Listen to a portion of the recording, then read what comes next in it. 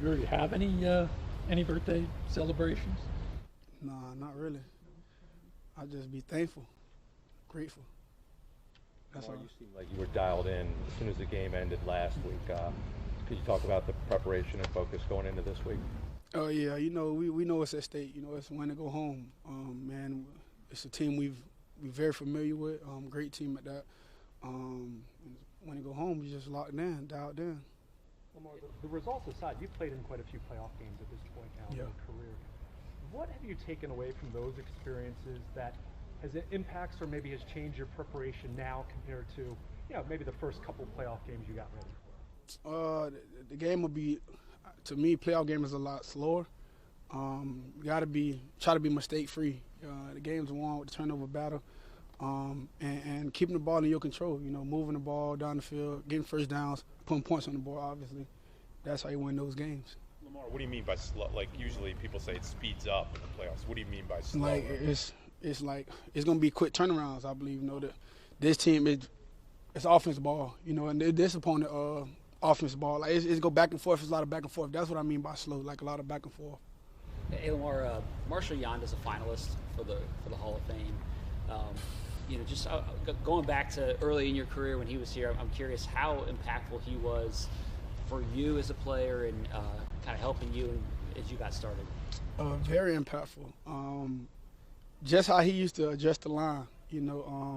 I really didn't have to say too much. I really didn't have nothing to say at all. It was like my first full year taking over, and he pretty much would let me like lead in a way, but like lead by example, because I really didn't have the voice.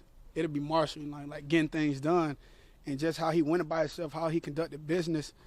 I feel like he should have been there, like been in the Hall of Fame, man. He's just a great all-around guard, player, person, and a great football player, like just a football head. Like he's just a different guy.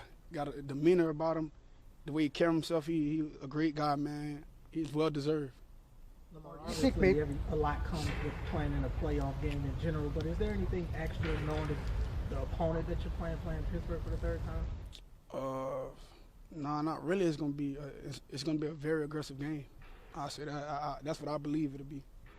Before the last game, we were asking a lot about your record against the Steelers, and you said you hadn't played as well as you wanted to in the games that you had played them.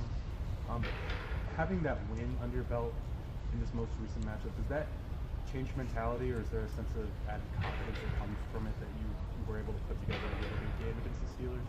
I was always confident, always confident. But that game don't even matter no more. It's when to go home right now, so I'm locked in with the same mindset I had before that last game.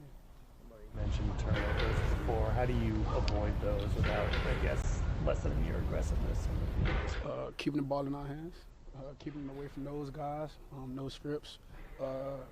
Don't throw the ball into traffic, stuff like that. What we should be knowing, we should not do. Lamar, what stands out to you about the night atmosphere at M&T Bank Stadium? Say one more time, G? What stands out to you about the night atmosphere for a primetime game in Baltimore? Just the noise, the fans, the whole Flock Nation just in the building, feeling like they on the field with us. The lights, how they do the lights, certain parts of the game, just everything about it. And plus, we at home. How good does it feel to go into a cold weather playoff game with Derrick Henry? I'd rather not be cold, but but you said we got Derrick Henry, so that's a bonus. It's great, man. It's great, man. I don't believe nobody like hitting in the cold. Like no one's like